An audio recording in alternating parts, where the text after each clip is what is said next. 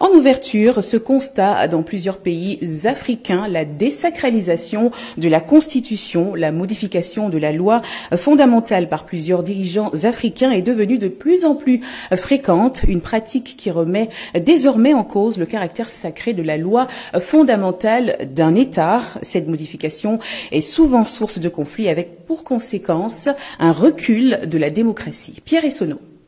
L'Afrique n'a pas besoin des hommes forts, mais des institutions fortes. Cette déclaration de Barack Obama semble à l'épreuve des faits caractériser plusieurs chefs d'État du continent. Ces dernières années, la manipulation de la Constitution est devenue le sport favori de plusieurs dirigeants africains. En Côte d'Ivoire, les modifications de la Constitution par Alassane Ouattara en 2016 et 2020 assurent l'actuel président ivoirien de briguer un énième mandat, tout en écartant au passage certains poids lourds de l'opposition.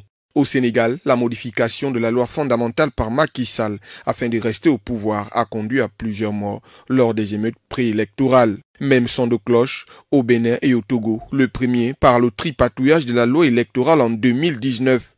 Le second par l'adoption d'une nouvelle constitution et un changement de régime. Autant de faits qui démontrent la désacralité de l'alma mater des lois dans certains pays africains. Conséquence, plusieurs chefs d'État sont mis à la retraite par des militaires.